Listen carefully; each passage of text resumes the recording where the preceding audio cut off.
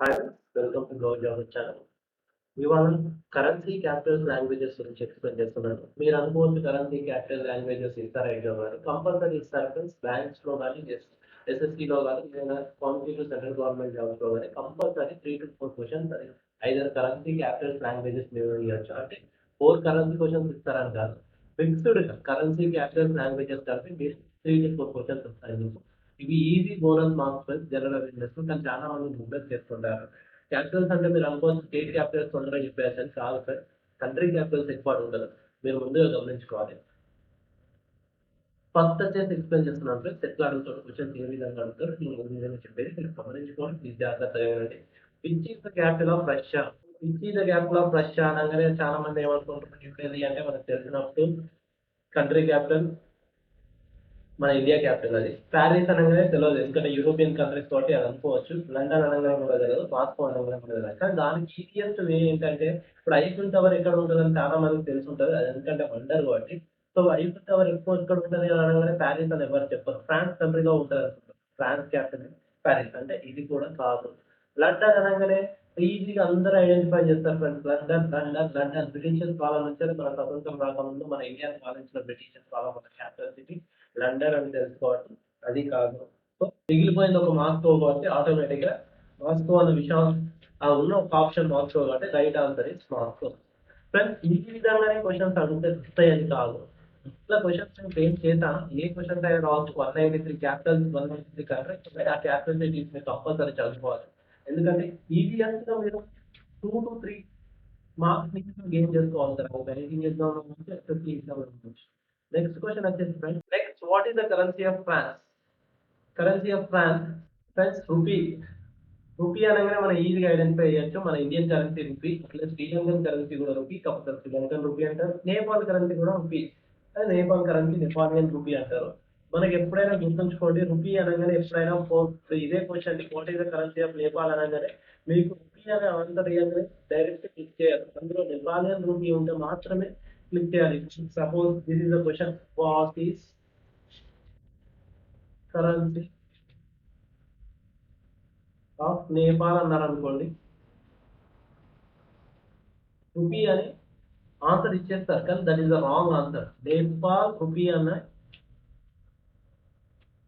Is the right answer. ఇట్లా questions confusion కూడా ఇస్తారు. కాకపోతే ఇక్కడ అడిగిన క్వెషన్ ఏంటంటే what is the currency of France? Rupee అంటే ఇండియన్ కరెన్సీ అంటే అది రాంగ్. Next euro. ఎప్పుడు స్టార్ట్ అయింది friends? Common currency. Common currency వచ్చేసి 19 కంట్రీస్‌కి ఇది ఉండే యూరో అని. సో దాన్ని ఆన్సర్ మనం యూరో అనుకోవచ్చు. ఎందుకంటే ఫ్రాన్స్ అనేది మనకి ఏ ఖండంలో ఉంటది? యూరోపియన్ ఖండంలో ఉంటది. తెలుగు అదే ఇంగ్లీష్‌లో అయితే యూరోపియన్ కాంటినెంట్‌లో ఉంటది.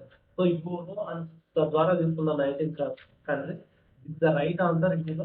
యెన్ అనేది కూడా కాదు. యెన్ అనేది దేని currency? Japan currency. That is wrong answer. Peso అనేది కూడా కాదు. పెసో అనేది దేని కరెన్సీ? Argentina currency. ఫ్రెండ్స్ గుర్తు ఎలా ఉంచుకోవాలంటే ఇప్పుడు యూరో అనేది యూరోపియన్ కాంటినెంట్ నుంచి వచ్చిన ఫ్రాన్స్ కాబట్టి 19 కంట్రీస్ అయినాయి. 19 కంట్రీస్ ఇన్వాల్వ్ అయినాయి కాబట్టి this is the right answer. ఒకవేళ ఇదే కరెన్సీ మనం ఇంకో విధంగా చూడాలి next euro is the currency of which country? Question ఇప్పుడు ఆ విచ్ ప్లేస్ లో ఇండియా ఇచ్చేసి యూరో ప్లేస్ లో ఫ్రాన్స్ ఇచ్చేసి ఎన్ ప్లేస్ లో జపాన్ ఇస్తారు. పెసో ప్లేస్ లో అర్జెంటీనా ఇస్తారు. సో అప్పుడు మీరు దేని విధంగా క్లిక్ చేయాలంటే ఫ్రాన్స్ మీద క్లిక్ చేస్తే ఆటోమేటిక్‌గా this the right answer. So చాలా గమనించుకోవాల్సిన విషయం ఏంటంటే సో తొందరపాటు కలగకుండా క్వెషన్ నిదానంగా చదివి వెంటనే ఆన్సర్‌ని క్లిక్ చేయాలి. నెక్స్ట్ క్వెషన్ వచ్చేసి ఫ్రెండ్స్ ఇప్పుడు లాంగ్వేజెస్ సంబంధించిన question. Which country is national language of Urdu?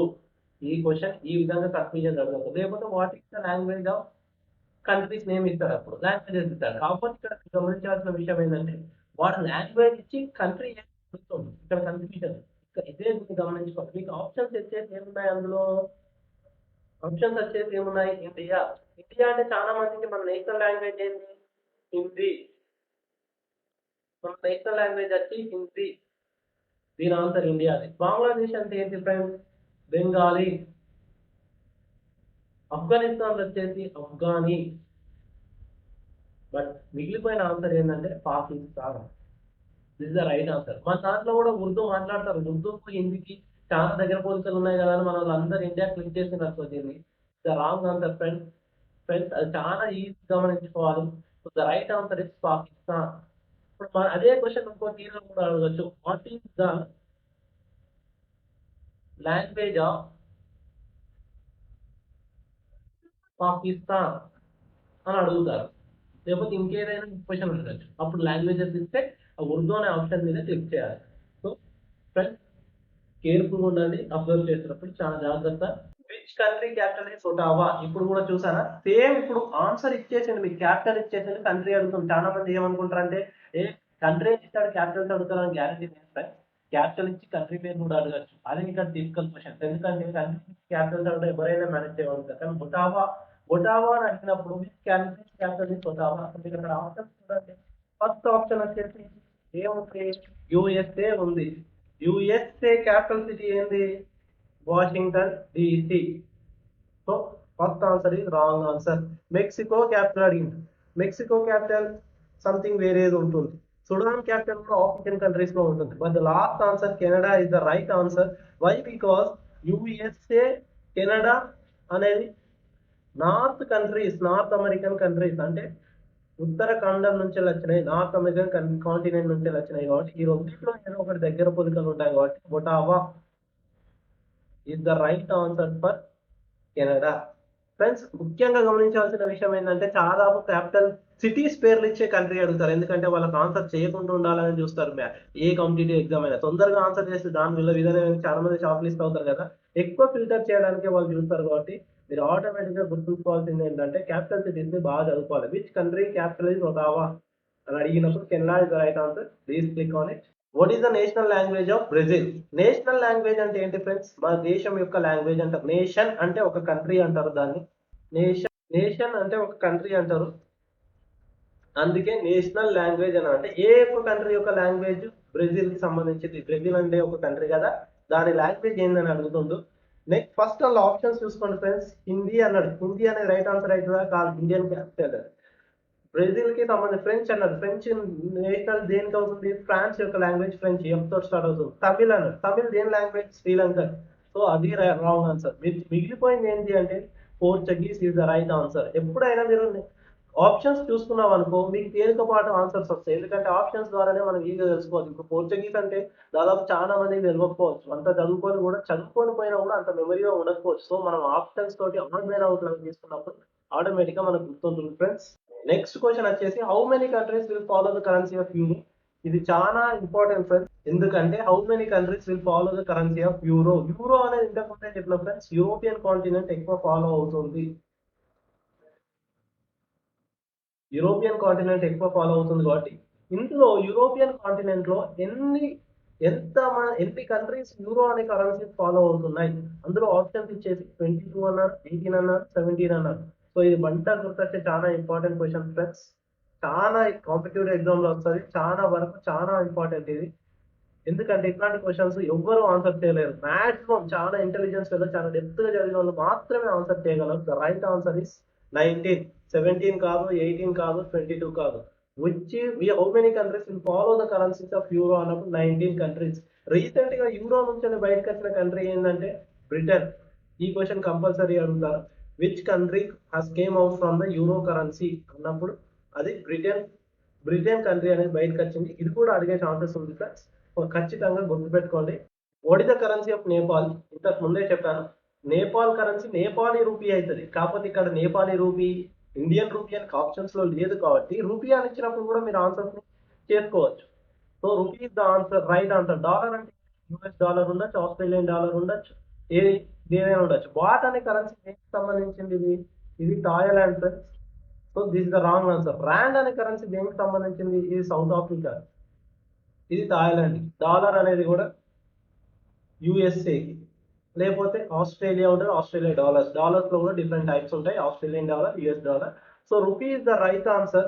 ఈ రూపీ అనేది మీరు అడగొచ్చు, rupee how which countries, Nepalian country, Nepal. ఇప్పుడు అదే ఇండియన్ కరెన్సీ అక్కడ ఇండియన్ ఇచ్చింది అనుకో, ఇండియా అనే ఆప్షన్ కూడా ఇచ్చింది అనుకో, ఇండియన్ రూపీ అవుతుంది. కాకపోతే అక్కడ కంట్రీ నేపాల్ అడిగిండు, రూపీ అనే ఆన్సర్ ఆప్షన్స్ లో లేదు కాబట్టి రూపీ అన్నా కూడా మీరు రూపీ అని టైప్ చేయాలి, రూపీ అని క్లిక్ చేయొచ్చు. This the right answer.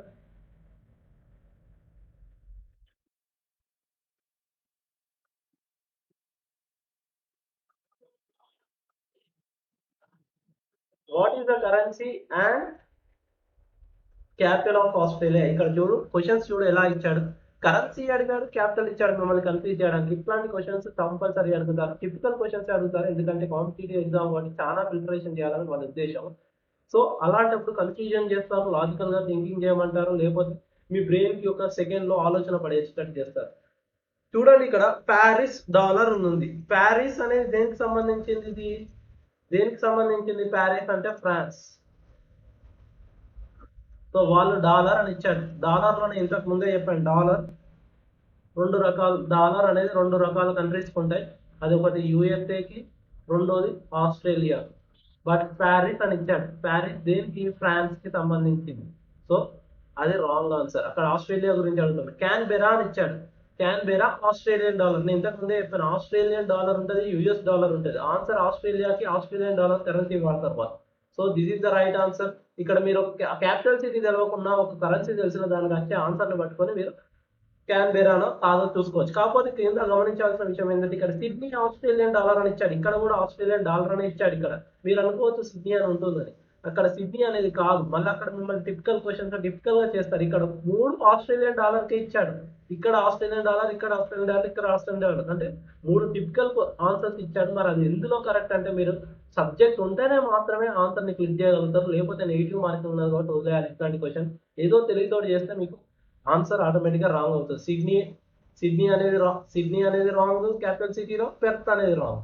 But Canberra is the right capital city of Australia. So Australian dollar is the right for currency. So Canberra and Australian dollar is the capital and currency of Australia. Next, which country has the capital of Berlin? So ఇక్కడ చూడండి friends, ఇక్కడ చూడండి capital city ఇచ్చి కంట్రీని అడుగుతుంది. ఇంతకు ముందే చెప్పాను, చాలా మంది కంట్రీస్ చదువుకుని క్యాపిటల్స్ చదువుకుంటారు. కాకపోతే మీరు గమనించాల్సిన విషయం ఏంటంటే క్యాపిటల్స్ గుర్తుంచాలి, కంట్రీస్ గుర్తుంచాలి. Which country has the capital of Berlin? ఇక్కడ జర్మనీ, పోలాండ్, ఆస్ట్రేలియా, ఫ్రాన్స్ అని ఇచ్చింది. ఫ్రాన్స్ అంటే ప్యారిస్ వస్తుంది, ఎందుకంటే ఐఫిల్ టవర్ ఉంటుంది కాబట్టి. ఆస్ట్రేలియాకి దాని క్యాపిటల్ సిటీ వేరే ఉంటుంది, పోలాండ్ కి దాని క్యాపిటల్ సిటీ వేరే ఉంటుంది. బట్ ఇక్కడ ఈజియెస్ట్ క్వశ్చన్ ఏంటంటే which country has the capital of Berlin? చాలా యూరోపియన్ కంట్రీస్ లలో మీకు అడిగే క్వశ్చన్స్ ఏంటంటే ఫ్రాన్స్ గురించి అడుగుతారు, ఇటలీ గురించి అడుగుతారు, జర్మన్ గురించి అడుగుతారు. ఇవి మేజర్ కంట్రీస్ కాబట్టి. తర్వాత ఇంగ్లాండ్ గురించి అడుగుతారు. ఈ నాలుగు గురించి ఎక్కువ అడుగుతారు. Last but not least Poland గురించి కూడా అడగచ్చు. ఈ ఐదు కంట్రీస్ గురించి అడుగుతారు. అవి క్యాపిటల్స్ కావచ్చు, కరెన్సీస్ కావచ్చు, లాంగ్వేజెస్ కావచ్చు. So Germany is the right answer. What is the capital and currency of India? So friends, ఇక్కడ క్యాపిటల్ అడిగాడు, కరెన్సీ అడిగాడు. అది మన ఓన్ నేషన్ కాబట్టి ఈజీగా ఐడెంటిఫై చేయొచ్చు. కానీ ఆప్షన్స్ చూసుకోండి, ఆప్షన్స్ ఎంత టిపికల్ ఇచ్చాడో చూడండి. బి అండ్ సి అని ఇచ్చాడు ఫస్ట్.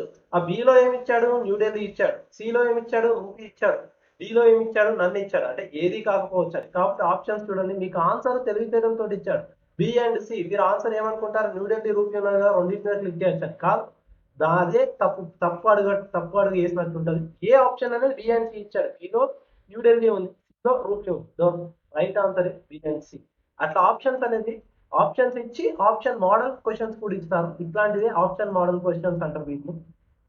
ఆప్షన్ మోడల్ ఆన్సర్స్ అంటారు ఫ్రెండ్స్ వీటిని. అంటే ఇప్పుడు బిలో మీకు ఆన్సర్ ఇచ్చిండు, సిలో ఆన్సర్ ఇచ్చిండు. చాలా మంది ఏమనుకుంటారంటే డైరెక్ట్ బి ఉంది కదా, బి మీద పెట్టేయడం, సి ఉంది కదా, సి మీద క్లిక్ చేయడం కాదు. ఇట్లా ఆప్షన్స్ లో ఆన్సర్స్ ఇచ్చి బి అండ్ సి ఆల్ఫాబెటిక్ రూపంలో కూడా ఇస్తారు friends. Next, what is the capital of France? France అనేది యూరోపియన్ కంట్రీ. చాలా ఈజియెస్ట్ గుర్తున్నది, ఫ్రాన్స్ లో ఐఫిల్ టవర్ ఉంటుంది. ఐఫిల్ టవర్ లో ఉన్నది ఫేమస్ పేరు ప్యారిస్. ప్యారిస్. కాకపోతే ఢిల్లీ ఇచ్చాడు. ఢిల్లీ అనేది మన కంట్రీ క్యాపిటల్ సిటీ, ఎవరికైనా తెలుసు. కొలంబో అనేది శ్రీలంక, మన నేబరింగ్ కంట్రీ. న్యూయార్క్ అనేది చాలా famous industrial state of USA. ఒక గొప్ప స్టేట్ న్యూయార్క్ అనేది యుఎస్ఏకి. సో మిగిలిపోయిన ఆన్సర్ ప్యారిస్. ఒకవేళ మీ క్యాపిటల్ సిటీ గుర్తు లేకపోయినా కూడా మీరు ఆప్షన్స్ చూసుకొని చెక్ చేసుకోవచ్చు, మీరు కరెక్ట్ ఉన్నారా లేదా అనేది. దానివల్ల కరెక్ట్ ఆన్సర్ ని ఫైండ్ అవుట్ చేసుకోవచ్చు.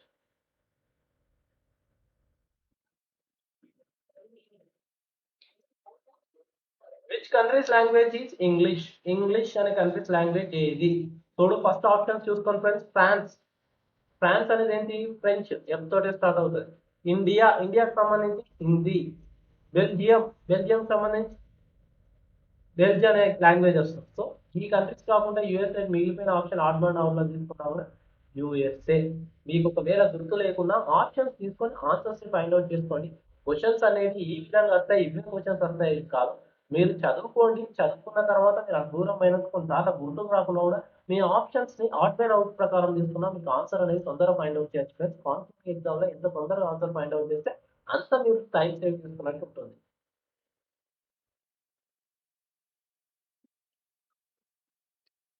Next, which country has the currency of bat?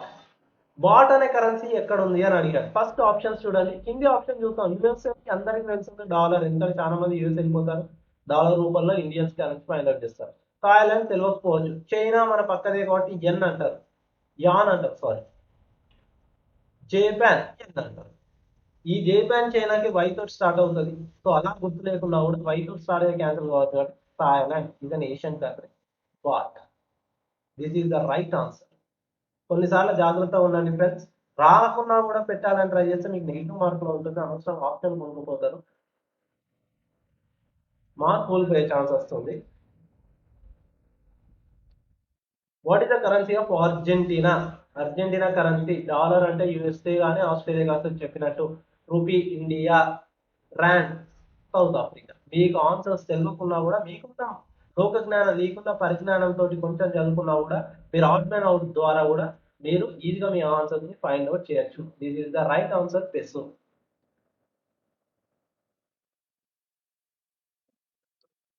With current national language Swahili? ఇది చూడండి ఫ్రెండ్స్, ఆన్సర్ ద్వారానే ఫైండ్ అవుట్ చేయాలి, ఎందుకంటే ఇది టిపికల్ క్వశ్చన్. ఇండియాది ఏంటి? హిందీ. సౌత్ ఆఫ్రికాది ఏంటి? సంథింగ్ లాంగ్వేజ్ ఉంటుంది, ఎందుకంటే అది ఆఫ్రికన్ కాంటినెంట్స్.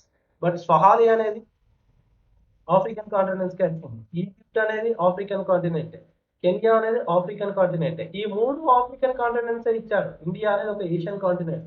సో ఇండియా తెలుసుకుంటే మీరు మిగతా మూడింటి తెలియదు కాబట్టి మీకు తెలుసుంటే మంచి సబ్జెక్ట్ ఉంటే కెన్యాని ఫైండ్ అవుట్ చేస్తారు, లేకపోతే లేదు. అట్లాంటప్పుడు ఆన్సర్స్ ఆప్షన్ ని వదిలేయాలి. మీరు ఈజీగా సేవ్ చేసుకున్నట్టు ఉంటుంది. Kenya is the right answer.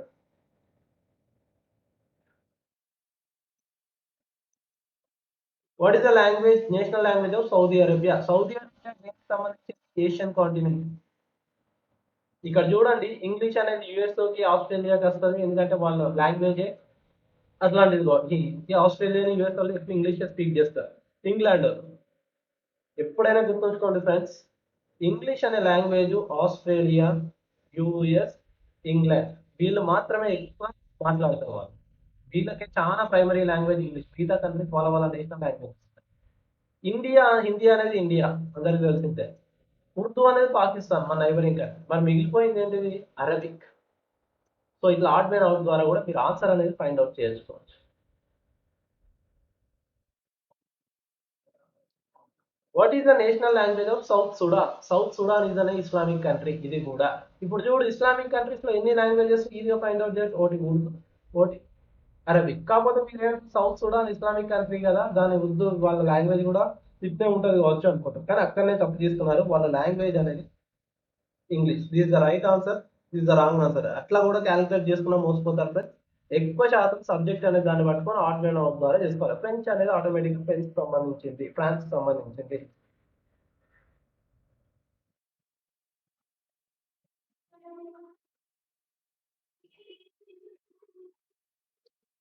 Which country has an capital of Stockholm? ఇక్కడ ఈజీగా గుర్తుంచుకోవాల్సింది ఏంటంటే క్యాపిటల్ ఆఫ్ స్టాక్హోమ్ అన్నాడు. స్టాక్హోమ్ ఆల్రెడీ క్యాపిటల్ సిటీ అవుతుంది. ఆ స్టాక్హోమ్ ఎప్పుడు ఎక్కడ ఎవరు మన నోబెల్ ప్రైజెస్ గురించి బాగా మాట్లాడతాం. చాలా వరకు నోబెల్ ప్రైజ్ ఏ సిటీలో ఇన్వెంట్ అయింది, ఏ స్టేట్ లో ఇన్వెంట్ అయింది అంటే స్టాక్హోమ్, స్వీడన్ అంటాం. సౌత్ ఆఫ్రికా క్యాపిటల్ సిటీ స్టాక్హోమా? కాదు. క్రికెట్ మ్యాచెస్ ఎక్కువ ఉంటాయి కాబట్టి మూడు క్యాపిటల్ సిటీస్ ఉన్నాయి. ఒకటి ప్రిటోరియా, రెండోది కేప్ టౌన్, మూడోది జ్యుడిషియల్ క్యాపిటల్ సిటీ ఒకటి ఉంటుంది. మరి ఆస్ట్రియా అనేది యూరోపియన్ కంట్రీ, అది కాదు. పోలాండ్ అంటే నెదర్లాండ్, దాని క్యాపిటల్ ఏంటి? అమర్స్టన్. బట్ నోబెల్ ప్రైజ్ ఎక్కువ మాట్లాడుకుంటాం కాబట్టి అది ఎక్కువ ఏంటంటే Sweden. Sweden is the right answer. Stockholm అనేది నోబెల్ ప్రైజ్ అక్కడ ఇచ్చే సిటీ, అది అంటే ఆ కంట్రీ అనేది Sweden.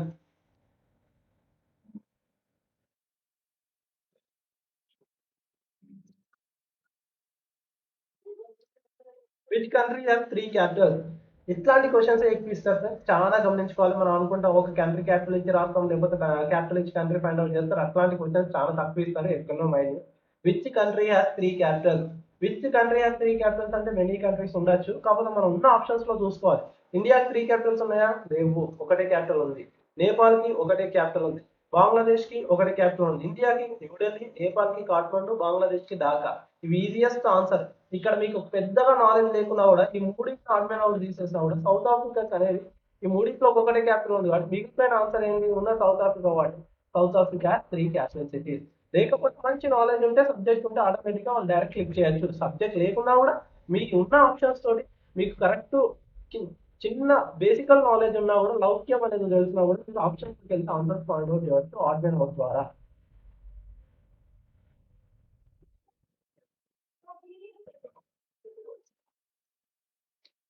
What is the national language of German?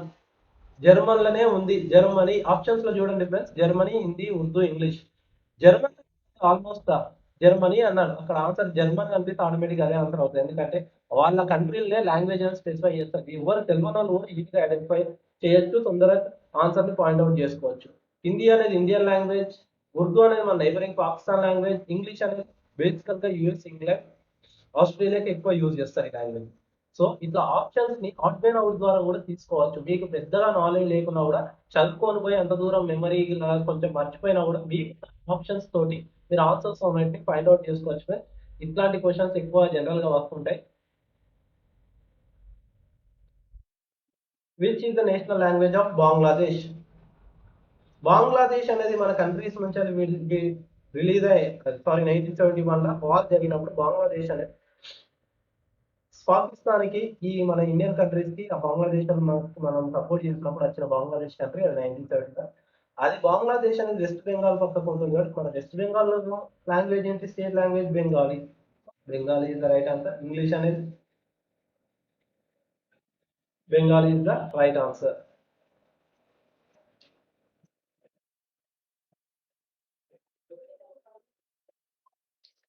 Which capital is Berlin?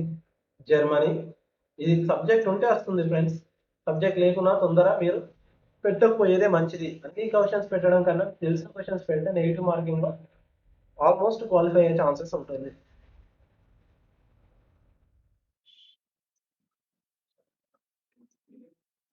What is the capital of India? చాలా ఈజియెస్ట్ క్వశ్చన్. ముంబై, ఢిల్లీ, హైదరాబాద్ ఇవి ఇచ్చారు.